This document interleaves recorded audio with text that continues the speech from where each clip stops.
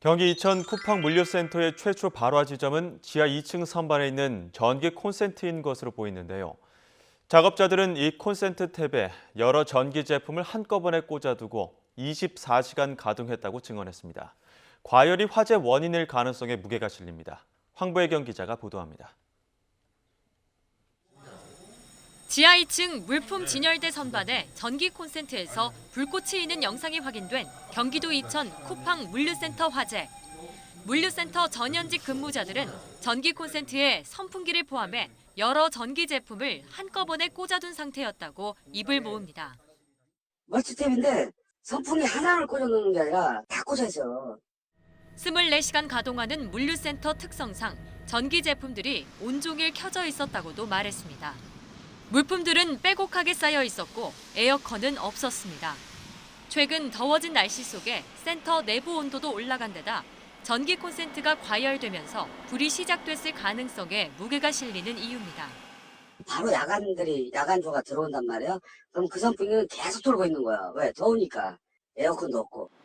직원들은 평소 소화기가 어디에 있는지 교육받은 적이 없었고 정기적으로 나오는 소방점검도 형식에 불과했다고 증언하기도 했습니다.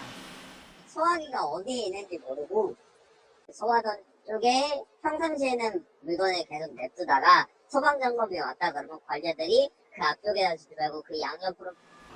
화재 초기 스프링클러가 8분 동안 작동하지 않은 이유는 과거 오작동으로 물품이 젖은 적이 있어 일부러 자동 설정을 해제해둔 거라는 주장도 나왔습니다. 오작동으로 스프링클러가 한번 뿌려진 적이 있어요. 그때 난리가 났어요. 왜냐면 제품이 다 젖어버리잖아요. 그래서 뭘 했냐면 껐어요, 그걸. 경찰은 앞서 YTN이 보도한 화재 신고가 늦어졌다는 의혹을 포함해 스프링클러 작동 지연 여부와 소방 교육이 부실했는지 등 제기된 여러 문제를 살펴본다는 계획입니다. YTN 황보혜경입니다. 운전석 문미러 쪽에 설치된 특수 카메라 2대가 차량 진행 방향 양쪽을 비춥니다. 순간순간 자동차 번호판을 읽어내 자동차세 체납 여부를 알려주는 첨단 장비입니다. 차량이 지나가면은 이게 카메라 2대가 차량 번호를 인식해서 서울시 체납 전산망하고 교신을 해서 체납되는 순간 이렇게 떠요. 이렇게. 이러다 보니 시내 어느 곳에서도 단속망을 벗어나기 어렵습니다. 도로변에 주차 중인 차량도 예외가 없습니다. 탈주되세요? 안녕하세요. 서울시 38 세금 기둥팀에서 나왔습니다. 이번 달 21일부터 30일까지 서울시 전역에서 자동차세 상습 체납 차량과 대포차 특별 단속이 실시됩니다.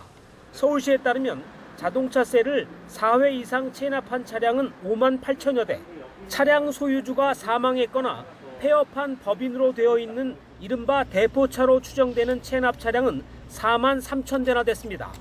대포차는 책임질 사람이 없기 때문에 흉기와 다를 게 없습니다. 대포차로 추정된 차량 4만 3천 대 중 86%인 3만 7천 대는 의무보험조차도 가입하지 않아 도로 위에 시한폭탄으로 운행되어 시민들의 안전을 위협받고 있습니다. 이번 단속은 25개 자치구를 3개 팀으로 나누고 자치구 한 곳에 1개 팀을 투입하는 방식으로 이루어집니다. 단속 시간은 오전 10시부터 오후 3시까지로 자동차세를 4회 이상 내지 않거나 대포차로 추정되는 체납 차량이 중점 단속 대상입니다. 이번에 적발된 대포 차량은 체납 횟수와 관계없이 즉시 영치 견인 조치됩니다. 프로야구 SSG의 베테랑 외야수 김강민 선수가 어젯밤 경기에서 투수로 변신했습니다. 웬만한 투수 못지않은 안정적인 자세로 강속구를 던지면서 환호를 자아냈습니다. 조상우 기자입니다. SSG가 12점 뒤진 9회 원아웃. 마운드에 외야수 김강민이 올라옵니다.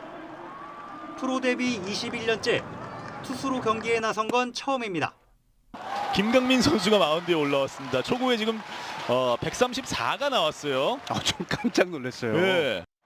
첫 타자 정주현에겐 솔로 홈런을 내줬습니다.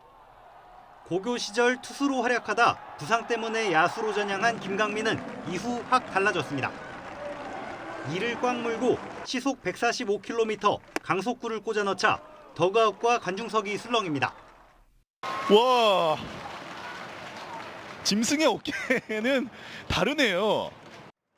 기세를 몰아 묵직한 직구를 앞세워 생애 첫 삼진까지 잡아냈습니다. 볼넷을 하나 내줬지만 이영빈을 파울 플라이로 돌려세우고 머쓱한 표정으로 마운드에서 내려왔습니다. 회색이 짙은 경기, 투수진을 아끼려고 야수를 마운드에 세우는 건 낯선 장면은 아닙니다. 하지만 팀을 대표하는 프랜차이즈 타자에겐 드문 일입니다. 지난 2015년 플레이오프 5차전 두산과 NC 경기에선 9회 아웃카운트 하나를 남기고 나성범이 등판했습니다. 패배가 확정적인 경기, 시속 147km 빠른 공을 선보이며 아쉬워하는 팬심을 달래줬습니다. 일단 팬들한테 약속한 거니까 오늘 또 혹시나 그 약속을 지키기 위해서 냈습니다. 따라잡아야 하는 선두 LG에 지는 게 속상한 SSG 팬들도 40살 최고참 외야수의 투수 데뷔를 지켜보면서 잠시 웃음을 찾았습니다. YTN 조성호입니다. 타이완 문제를 둘러싸고 대립하고 있는 미국과 중국이 다시 무력 시위에 나서면서 긴장이 계속 고조되고 있습니다. 중국 관영 CCTV는 그제 남중국해를 담당하는 강습 상륙용 경항공모함인 하이남함의 훈련 모습을 공개했습니다. 같은 날 미 해군 7함대 소속 구축함 커티스 윌버함은 중국 본토와 타이완 사이의 타이완 해협을 통과했습니다. 이에 대해 중국군 동부전군은 중국군도 해군과 공군을 동원해 미 구축함의 이동 과정을 감시하고 경계하고 있다고 밝혔습니다.